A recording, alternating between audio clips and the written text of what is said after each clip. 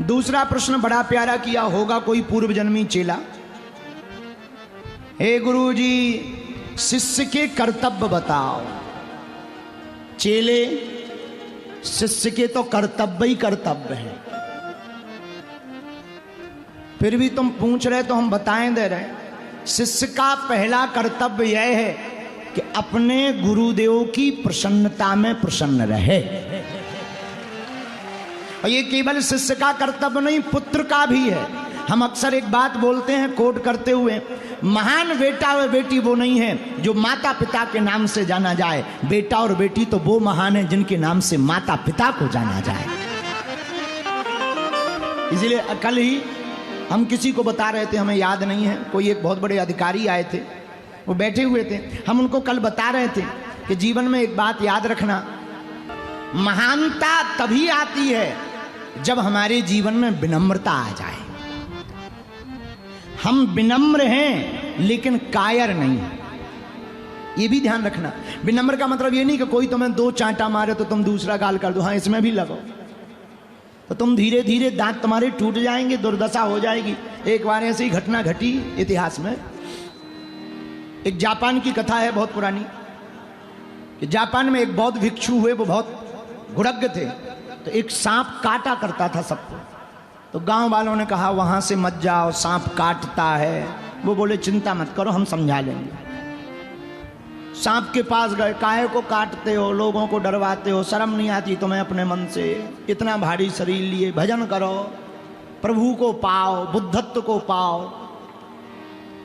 सांप प्रवचन सुन करके बात मान गया। एक जने तर्क कर रहे थे, बोले क्या सांप भी बात मानते हैं? हमने कहा आदमी नहीं मानता है, बाकी तो सब मान जाते हैं। एक आदमी है वही नहीं मानता, बाकी तो सब मान जाते। इसलिए जितने प्रवचन बनाए गए वो सब इंसानों के लिए। कभी तुमने भैंसियों की राम कथा नहीं सुनी होगी, न घोड़ों की राम कथा, इन्हें जरूरत ही नहीं है, ये मान जाते हैं, एक ही बार में मान जाते हैं। तो सांप मान गया, महात्मा आगे चले गए। जैसे ही वापस लौटे तो जब गांव के लोगों को बताया कि अब डरना नहीं है, सांप भक्त हो गया है, गांव वालों ने सुना कि सांप भक्त हो गया, तो दूसरे दिन से ही बच्चे सांप के साथ खेलने लगे। कोई पकड़े, कोई फेंके, कोई लटके। सांप की बेचारी की दुर्दशा हो गई, 9 जगह से टूट गया। गुरुजी एक दिन 2 महीना बाद वापस लौटे, सोचा चेले का हाल जान लें, ठीक है सत्संग के बाद। पूछा क्यों चेले, क्या हाल है? बोले दुर्दशा है, मर रहे। क्यों मर रहे? बोले सत्संग के कारण। क्या सत्संग के कारण? ये गति किस कारण से हुई? कौन से कुसंग के कारण? सांप बोला कुसंग से दुर्गति नहीं हुई, हमारी जा दुर्गति तो सत्संग से हुई है। महात्मा बोले मतलब? बोले आप ही ने कहा था किसी को काटना नहीं, अहिंसा वाले बनो। हम बन गए, बच्चे खेल रहे, झूला बना रहे हमारा। 9 जगह से टूट गए, पूंछ अलग टूट गई। ये सत्संग के कारण हुआ है। जैसे इतना कहा तो महात्मा बोले अरे पगला, क्या मूर्ख आदमी है, हमने ये कहा था काटना नहीं, पर फुफकारने को थोड़ी मना किया था, फुसकारते तो रहते कम से कम बच जाते।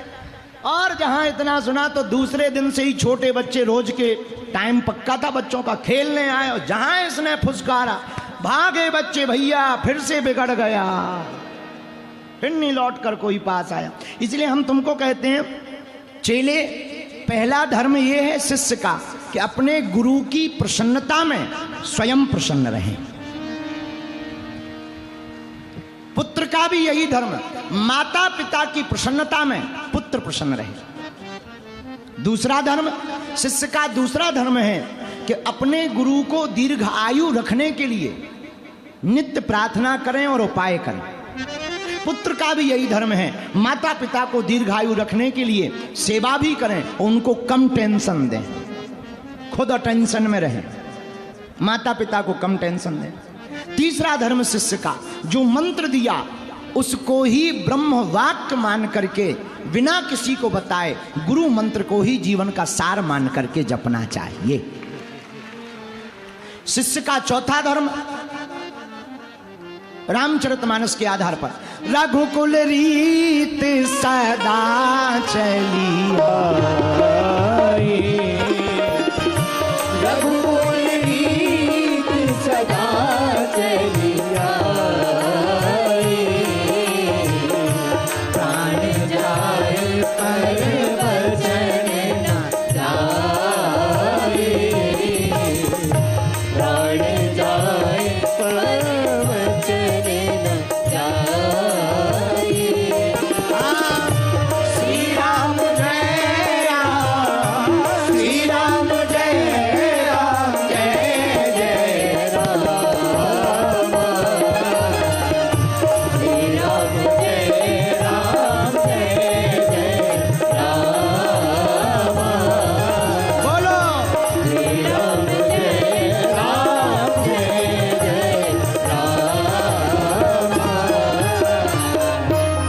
चौथा धर्म है कौन सा? गुरु के वचनों की आज्ञा का उल्लंघन नहीं होना चाहिए। शास्त्रों में आया ध्यान मूलम गुरुर्मूर्ति, पूजा मूलम गुरुर्पदम, मंत्र मूलम गुरुर्वाक्यम, मोक्ष मूलम गुरु कृपा। गुरु की वाणी ही मंत्र है।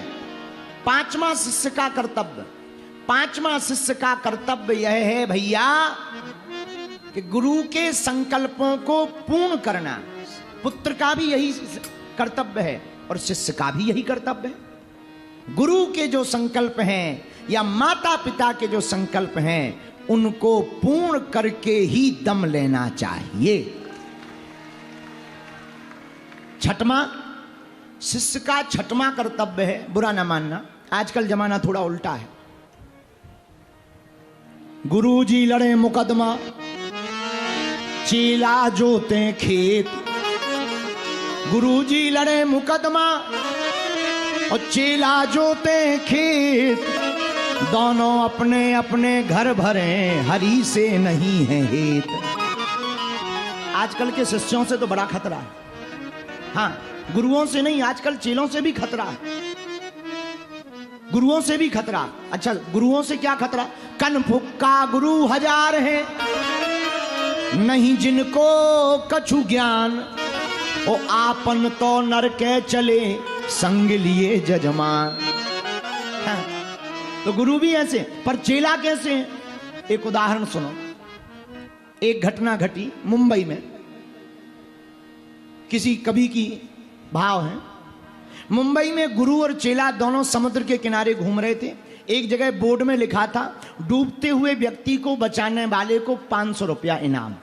सस्ता जमाना। गुरुजी ने चेले से कहा, अब रहा होगा चेला तुम लोगों के ही बीच का। गुरुजी चेले से बोले, चेले 500 रुपया इनाम है। चेला बोला, आज्ञा। गुरुजी बोले, हम डूबने का नाटक कर रहे, तुम बचाओ, तुम बचाओ। 500 मिलेंगे, 100 तुम्हारे, 400 हमारे, क्योंकि रिस्क हम ले रहे। चेला बोला, जा। अब गुरुजी गए। चेला बोला, थोड़ा और अंदर। गुरुजी समुद्र में और थोड़ा अंदर गए। चेला बोला, गुरुजी और अंदर। अब गुरुजी सच में डूबने लगे। जब डूबने लगे तो इशारा किया, बचा। चेला बोलो, गुरुजी बोले, भाई दिमाग खराब है क्या? गुरुजी को लगा ये लालच में आ गया। बोले, भाई 100 के 200 ले लेना, लेकिन बचा। चेला बोलो, गुरुजी बोले, भाई पागल हो गया क्या? 500 के 500 ले लेना, पर सच में हम डूब रहे, बचा। चेला बोलो, अब गुरुजी का दिमाग खराब। गुरुजी को लगा 2-3 मिनट और कर रहा तो हमें तप जाना है। गुरुजी बोले, भाई 500 इनाम के ले लेना, 500 हमसे ले लेना, पर प्राण बचा। चेला फिर बोलो, गुरुजी बोले, कारण तो बता। चेला बोला, गुरुजी आगे वाला बोर्ड पढ़ो। आगे बोर्ड पर लिखा था, लाश निकालने वाले को 5000। लाश निकालने वाले को 5000। गुरुजी बोले, अच्छा चेला मिला है। तुम लोग बुरा ना मानना, ये तुम लोगों की बात नहीं है, ये दूसरे चेलों की बात है। ये तो इनके जुबिन के उत्तराखंड तरफ का था।